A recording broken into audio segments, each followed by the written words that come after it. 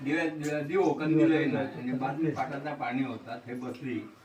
आणि पाणी दुसऱ्या पडण्यात घालून जाऊ बघता समोर हय खोप आणि त्यानंतर तो बसला बघले आणि आता मला खात होतो म्हणा एक डबो होतो तिथं मिरच्यांका डबो आपलं वाजेल इतके वाघ आमच्या सानिध्यात जवळ पण त्यावेळेचे वाघ पण समंजस होते ना आणि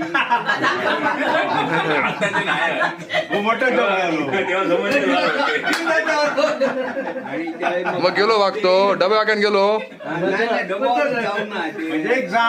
देसाई आणि आंब्याचे वडील वांगणात पाणी नेऊच्या त्या भटाच्या बाणावर इले कंदीला आणि बघल्यान त्याला आवाज हो म्हणले यमनेचा आवाज यमना नाव तिचा पशुमध्ये माणूस